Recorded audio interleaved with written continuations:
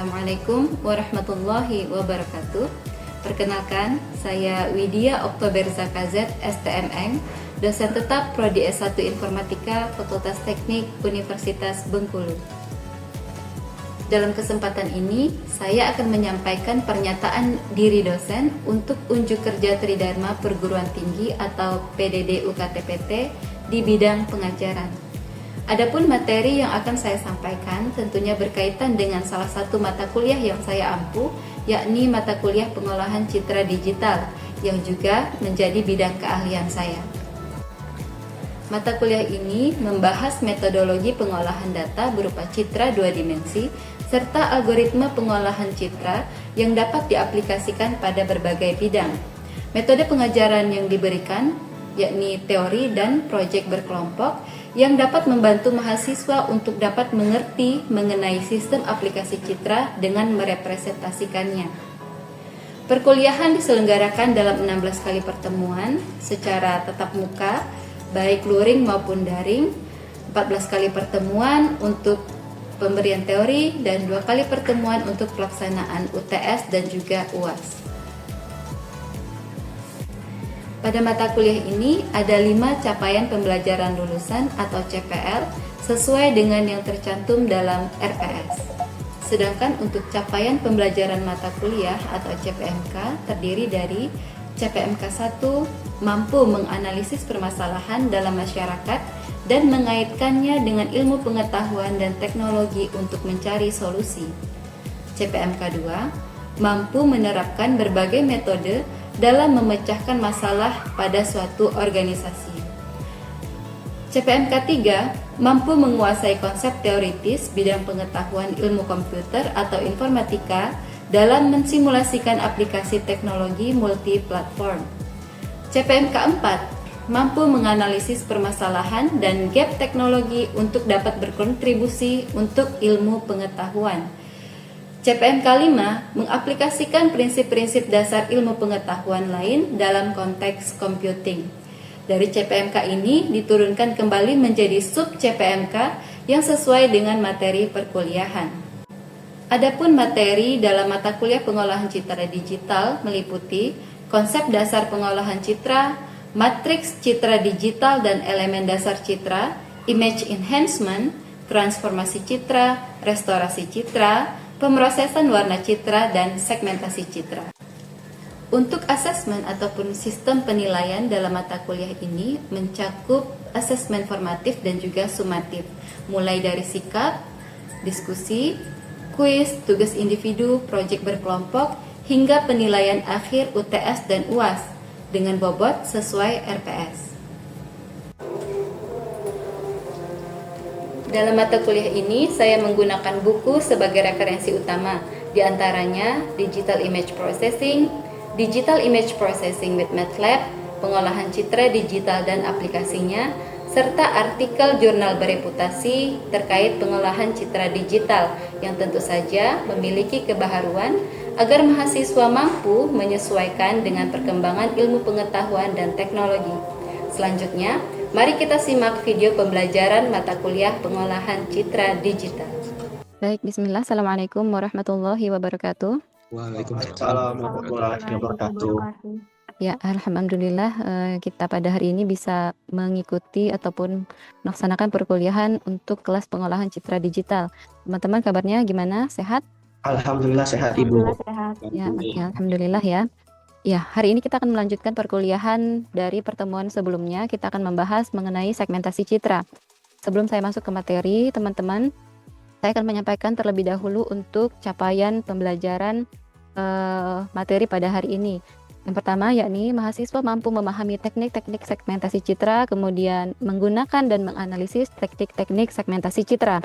Jadi ada 2 capaian pembelajaran yang diharapkan nantinya setelah mengikuti perkuliahan ini kalian sudah bisa memenuhi capaian pembelajaran yang pertama maupun yang kedua. Oke, segmentasi citra. Sebelumnya ada yang pernah membaca ataupun mendengar mungkin mengenai segmentasi citra? Mungkin Rifki Ibu bisa menjawab Ibu. Oke, silakan Rifki. Setahu Rifki Ibu, segmentasi citra itu merupakan proses membagi citra digital menjadi beberapa bagian yang lebih kecil dan biasanya akan diberi label, Ibu. Contohnya pada suatu gambar itu akan dibentuk sesuai bentuknya dan akan diberikan label sesuai bentuknya, Ibu. Terima kasih, Ibu. Oke, baik.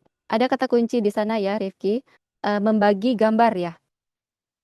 Membagi gambar. Nah, kalau kita berbicara tentang segmentasi, itu benar apa yang disampaikan oleh temannya Rifki tadi. Segmentasi kita membagi gambar, tetapi akan lebih tepatnya kita membagi objek. Karena dalam satu gambar biasanya terdiri dari beberapa objek, benar kan? Yang ingin kita segmentasi biasanya objek yang berada pada gambar tersebut. Gitu ya. Gambar adalah citra. Nah, di dalam citra itu mengandung banyak objek. Mungkin pernah kalian ketika berfoto ataupun mengambil momen di mana di sana kalian sendiri gitu ya. Kalian sendiri kemudian di belakang itu merupakan view yang polos ya. Misal itu entah di pantai ataupun di alam. Nah, kalian juga ingin melakukan pengeditan terhadap citra tersebut di mana saya mau mengambil diri saya sendiri gitu tanpa ada backgroundnya. Kalau kita menggunakan aplikasi tentu kita tidak tahu ya bagaimana proses itu bisa dilakukan. Yang kita tahu ya hanya mengklik proses kemudian hasilnya keluar gitu tanpa kita tahu apa yang terjadi di dalam ataupun di balik layar dari proses tersebut. Begitu juga ketika kalian melakukan proses perbaikan citra. Misal kalian melakukan foto bersama. Biasanya sebelum memposting foto, kalian akan melihat kan ya diri kalian sendiri, saya sudah oke belum nih? Ya enggak? Ya kalau misalnya kita sendiri misalnya belum terlalu terang atau seperti ya pencahayaannya kurang, biasanya kalian akan melakukan proses editing dulu sampai nanti sekiranya hasilnya nanti akan lebih bagus gitu. Kemudian baru kita posting. Nah, kita pun tidak tahu ketika menggunakan aplikasi, kita tidak tahu apa yang terjadi di balik layar dari proses tersebut. Padahal di sana yang terjadi adalah perubahan nilai dari intensitas pikselnya. Dalam piksel-pikselnya itu mengandung angka. Nah, angka inilah yang dinamakan dengan intensitasnya. Angka-angka ini akan berubah dari citra aslinya tadi, original image dengan hasil prosesnya. Kalau kita mau lihat bedah nilai pikselnya ataupun nilai intensitasnya, maka bisa nanti akan terjadi perubahan antara yang citra asli dengan citra hasil proses. Nah, begitu juga dengan teknik segmentasi. Teknik segmentasi ini akan ada beberapa objek nantinya yang akan dipecah ataupun dipisahkan dengan objek yang lain, dan itu nanti kelanjutannya tergantung dengan tujuan yang akan dicapai. Setelah disegmentasi mau diapakan citra tersebut. Itu. Ya, good job ya Rifki. Nah, di sini tujuan segmentasi. Membagi citra menjadi region-region atau objek-objek dan juga memisahkan objek dengan latar belakangnya. Ini contohnya, lihat gambar harimau, di mana di sini objek harimau ini akan dipisahkan dengan objek rumput yang berada di belakang, air, dan juga tanah. Dari sini kita lihat semuanya sudah tersegmen. Ini citra asli, kemudian ini citra hasil segmentasi. Setiap objeknya sudah tersegmen masing-masing. Harimau sudah tersegmen, kemudian rumput-rumputan sudah tersegmen, kemudian air juga, kemudian area tanah juga. Terbagi menjadi region-region. Jadi tergantung nanti setelah kita melakukan pembagian region ini, mana yang akan kita ambil untuk proses selanjutnya. Apakah harimaunya, ataukah rerumputannya, ataukah airnya. Yang pasti di sini sudah terbagi dari objek-objek yang ada dalam satu citra, dalam satu image menjadi beberapa objek, menjadi beberapa region. Kemudian goal segmentasi citra menemukan bagian citra yang koheren atau objek spesifik. Nah, kita lihat di sini teman-teman. Citra disegmentasi bisa berdasarkan kecerahan yang pertama, kemudian warna, tekstur, dan lain sebagainya. Maksudnya di sini adalah ketika kita melakukan segmentasi citra, tidak serta-merta hanya menggunakan kecerahan. Maksudnya di sini adalah warna yang serupa, artinya dia kan nilainya sama ya, nilainya mendekati homogen ya antara satu piksel dengan piksel yang lainnya. Nah, itu bisa menjadi dasar dalam kita melakukan segmentasi. Segmentasi citra merupakan tahap sebelum melakukan image atau object recognition. Jadi sebelum melakukan object recognition ataupun image understanding, sebaiknya kita melakukan segmentasi citra terlebih dahulu. Karena tentu saja proses ini nantinya akan lebih mempermudah ataupun memfasilitasi proses selanjutnya. Nah, ini contoh lainnya ya teman-teman dalam proses segmentasi citra, di mana di sini setiap objek itu akan tersegmen ataupun terbagi-bagi menjadi region-region tertentu. Tentu saja ini yang memiliki kesamaan sifat piksel ataupun nilai pikselnya. Tidak mungkin rumput ini menjadi satu segmen atau satu region dengan air, karena dari intensitasnya saja itu sudah berbeda. Tidak mungkin juga di sini air bergabung dengan daratan di sini. Jadi mereka sudah terpisah. Nah, kemudian ini pengaplikasian pada citra medis dan juga ini hasil segmentasinya. Nah, citra medis ini teman-teman, jadi pengolahan citranya itu berfokus pada citra dari bidang medis. Tentu saja permasalahan yang diselesaikan juga mengarah pada bidang medis. Biasanya apa? Penyakit. Jadi misalnya kita memiliki citra medis di sini, kita ingin mengambil satu segmen dari objek ataupun yang ada pada citra di sini. Nah, ketika sudah disegmentasi, yang mana ingin kita ambil ternyata bagian yang hitam ini, gitu. Jadi pemanfaatan untuk citra, pengolahan citra ini sangat luas. Salah satunya adalah ke citra medis. Ini hanya contohnya saja. Nah, kita lihat di sini teman-teman ada metode segmentasi. Ada discontinuitas dan similarity. Discontinuitas berfokus pada edge detection, deteksi tepi. Kemudian pada similarity itu berfokus pada kemiripan area menurut properti. Nah, di sini maksudnya adalah kemiripan dari intensitasnya ya. Dan juga ada beberapa metode teknik yang bisa digunakan di sini, yakni pengembangan, region growing, split and merge, kemudian ada clustering. Nah, pendeteksian tepi atau edge detection. Contohnya adalah hasil segmentasi tepi. Bisa kalian lihat di sini. Ini merupakan original image-nya. Sedangkan ini merupakan hasil dari edge detection ataupun deteksi tepi menggunakan metode edge detection.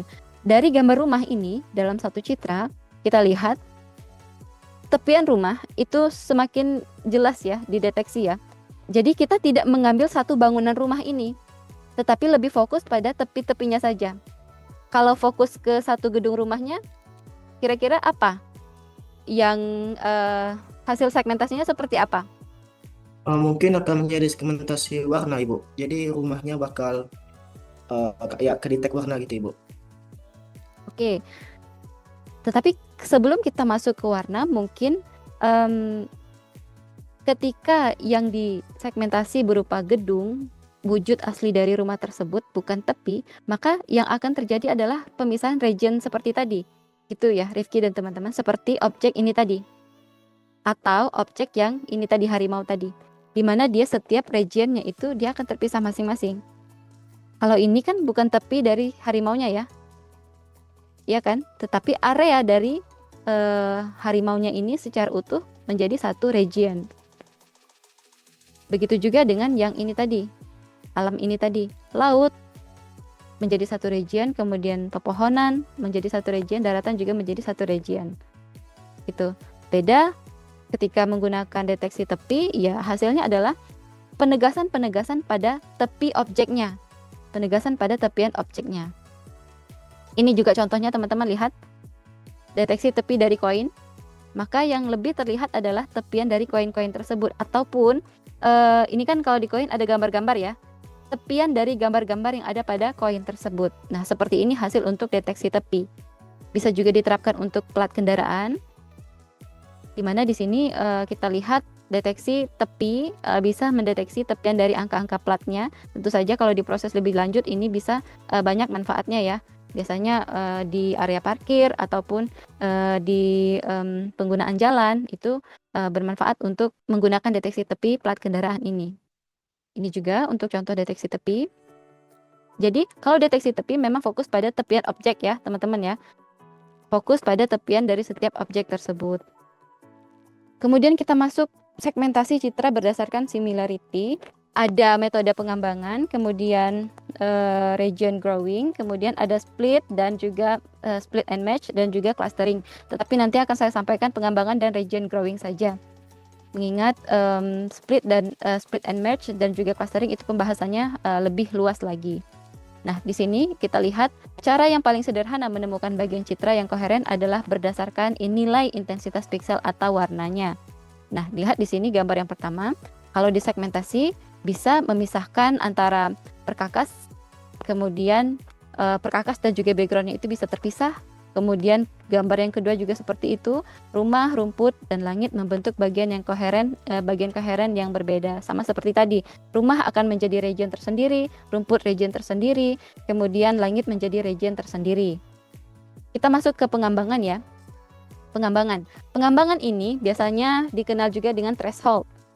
Threshold ataupun thresholding ini menggunakan nilai ambang ataupun biasa disimbolkan dengan T. Jadi kita memisahkan objek dengan latar belakangnya itu menggunakan suatu nilai ambang T. Jadi nanti hasil antara yang ingin kita ambil, biasanya objeknya itu dengan latar belakangnya akan terpisah. Nah, bagaimana memisahkannya? Dengan menggunakan nilai ambang, suatu nilai ambang ataupun T, nilai thresholdnya. Nah, kita lihat di sini teman-teman, ada suatu range dari intensitas citra yang ada pada suatu misal pada suatu citra seperti di layar ini. Nah, kemudian ada satu nilai threshold 128 di sini. Jadi nanti akan terpisah menjadi dua area 1 dan area 2. Area 1 apakah nanti akan kita tetapkan sebagai objek, area 2 atau nantinya kita akan tetapkan sebagai background. Gitu. Jadi nilai di sini misal 128. Kalau lebih kecil dari 128, dia akan berwarna hitam nantinya. Kemudian lebih besar dari 128, dia akan dikonversikan menjadi putih. Sehingga nanti benar-benar terpisah antara objek dan juga latar belakangnya. Nah, contohnya seperti ini ya teman-teman. Lihat di layar, sidik jari. Di sini merupakan citra aslinya, original image-nya. Kemudian ada suatu nilai threshold yang digunakan di sini 127 ya, 127 menjadi nilai thresholdnya.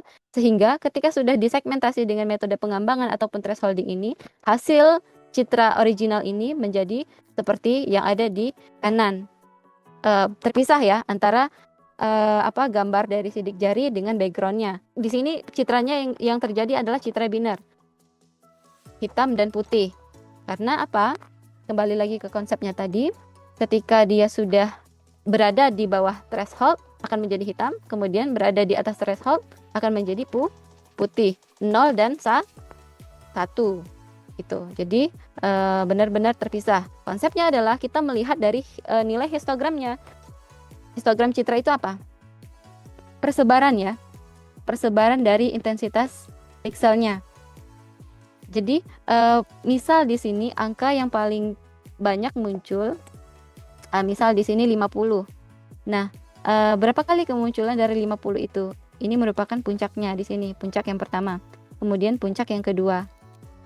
Nah, kita lihat di sini lembah di sini menjadi batas thresholdnya. Threshold. Jadi di sini histogram di sini kalau dia polanya seperti ini mudah menentukan nilai thresholdnya. Tetapi kalau dia memiliki beberapa puncak, beberapa lembah, maka itu nanti akan berbeda lagi. Bukan tidak hanya kita sekedar mengambil satu nilai lembah untuk menentukan nilai ambangnya. Yang mana yang menjadi objek, yang mana menjadi backgroundnya. Itu ya. Jadi sudah terpisah antara objek dan juga latar belakang yang ada di citra tersebut. Sedikit lagi teman-teman, kita membahas mengenai region growing. Nah, region growing ini konsepnya adalah kita memulai dengan umpan ataupun seed ya. Artinya adalah saya akan langsung ke contoh di sini. Kita ingin mengambil ataupun mensegmentasi objek. Lihat objek yang ada di kiri. Nah, di sini dengan metode region growing ini kita akan menentukan terlebih dahulu umpan ataupun seed ataupun titik starting point-nya. Cara kerja metode ini nanti, misal kita klik di sini sebagai umpannya, dia akan menyebar mencari nilai intensitas yang mirip dengan titik yang kita tentukan tadi, seed ataupun benih yang kita tentukan tadi. Sehingga dia akan menyebar dan akan mengcover keseluruhan area yang dianggapnya sama. Jadinya seperti ini. Ini yang diperoleh dari hasil segmentasi dengan region growing tersebut. Beda kalau misalnya seed-nya tadi kita tentukan di area merah. Tentunya yang akan tersegmentasi itu area di sini ya, teman-teman ya. Area yang ada di sini. Ada yang ingin ditanyakan sebelum saya masuk ke contoh? Izin bertanya, Ibu. Silakan. Baiklah, Ibu. Tadi dijelaskan segmentasi seperti scrolling sama gradient out. Jadi dalam praktiknya bagaimana cara menentukan metode mana yang paling cocok atau sesuai untuk suatu jenis citra, Ibu? Baik, Atau terserah kita atau gimana itu Ibu milihnya? baik. Ya, untuk penentuan metode bukan hanya di pengolahan citra ya. Menentukan metode itu tidak bisa sembarangan, bukan hanya di topik pengolahan citra, apapun itu. Ketika kalian memilih metode, tentu kalian harus membaca referensi terlebih dahulu. Referensi yang banyak itu akan membantu kita menemukan solusinya. Gitu. Jadi, ketika kita ingin menentukan metode mana, kita pelajari dulu karakteristik citra saya ini seperti apa. Kalau memang citra yang kita gunakan adalah citra medis, kita fokuskan untuk membaca referensi mengenai citra medis, karena di sana nanti akan terlihat metode-metode yang biasa diimplementasikan dalam citra medis itu seperti apa, gitu. Kita lihat juga kemudian proses akuisisi data yang kita gunakan itu bagaimana. Kalau kita data primer, tentu akuisisinya kita tahu pasti ya.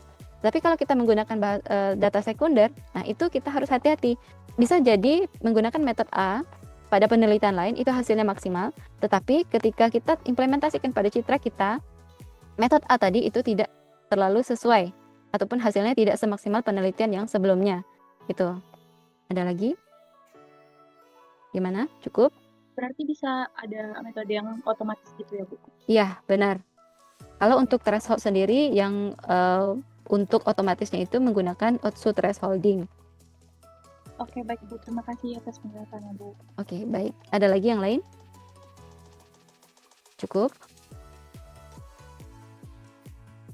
Ya, kalau tidak ada lagi, saya ingin menunjukkan sedikit contoh ya dari pengimplementasian pengolahan citra, metode pengolahan citra pada citra medis khususnya. Nah, di sini ada citra retina yang digunakan. Ini merupakan penelitian kami yang sudah lama memang menggunakan citra retina untuk mensegmentasi patologi penyakitnya. Penyakit yang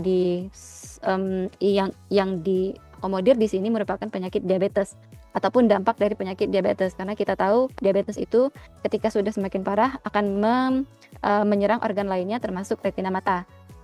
Jadi di sini ada patologi yang namanya hard exudates. Nah, di sini kita ingin mengambil bagian dari hard exudate tersebut. Ini ya teman-teman.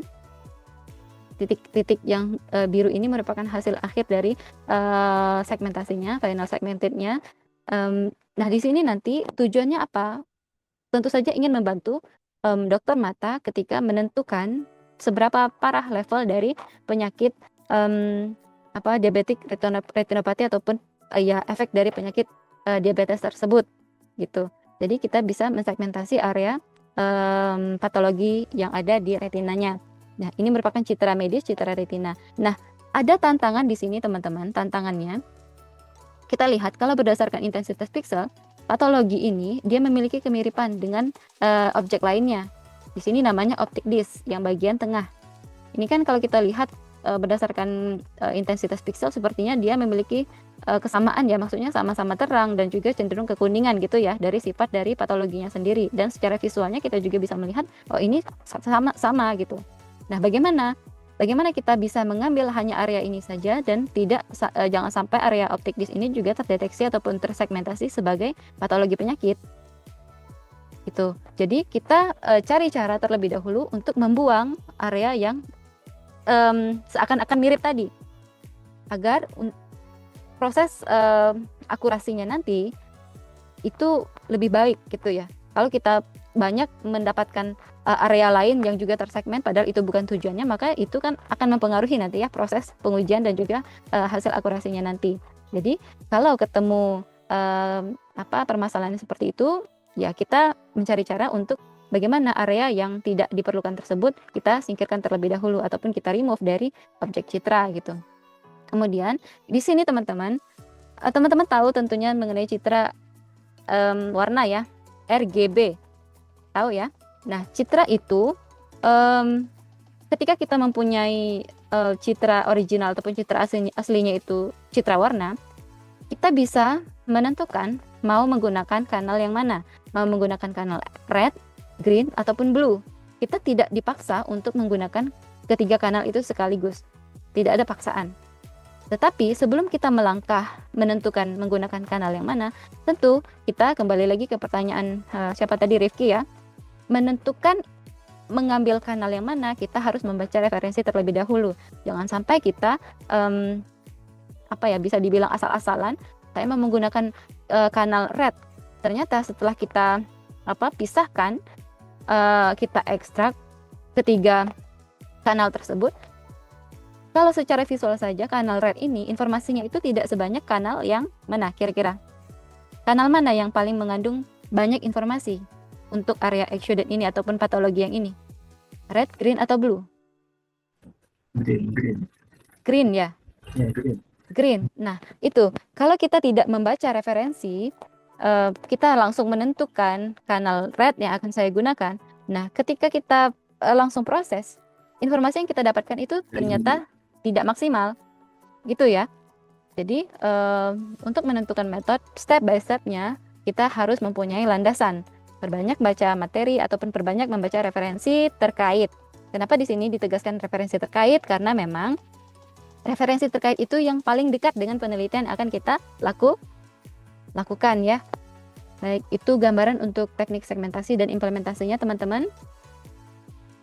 Saya cukupkan untuk teorinya. Nanti silakan teman-teman untuk bereksplorasi menerapkan metodenya di berbagai citra. Silakan ya, maksudnya tidak ditentukan pada citra apa. Yang penting kalian mencobakan ataupun mengimplementasikan metode satu atau beberapa metode dari teknik segmentasi tersebut untuk memisahkan region yang akan kalian ambil. Ya, nanti untuk pertemuan selanjutnya kita akan membahas materi yang berbeda, tentu saja kelanjutan dari segmentasi. Kita akan masuk ke ekstraksi fitur. Dari ekstraksi fitur nanti kita akan masuk ke teknik klasifikasi. Demikian untuk perkuliahan pada hari ini. Tetap semangat, tetap jaga kesehatan. Assalamualaikum warahmatullahi wabarakatuh.